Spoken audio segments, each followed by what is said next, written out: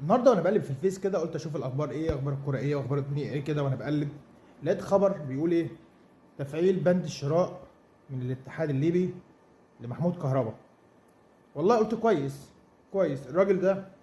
إيه كان عليه غرامات، الراجل ده ضيع فلوس، الراجل ده جاله غرامات كتير، اكتر لعيب جاله غرامات.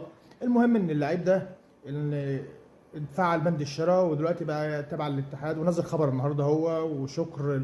شكر لجماهير الاهلي، وانا واحد من جمهور الاهلي بقول لك يا كهربا، احنا جمهور الاهلي احنا كلنا بنحبك. إيه بامانه، انت لعيب كويس، ربنا يكرمك. هناك في الاتحاد هم هناك تقريبا على الاخبار اللي احنا سامعينها. هم هناك بيحبوك. انا واحد من الناس عملت الصفحه بتاعتهم متابعه عشان خاطر كهربا ابن الاهلي. اللي اكتر واحد انظلم، اللي اكتر واحد حصل له مشاكل. وربنا يكرمك، انت خلاص فاضل لك كام سنه. انت اللي انت عملته ده الصح. انت كنت هتمشي من الاهلي، انت كنت ما كانش ينفع تلعب في الدوري المصري تاني.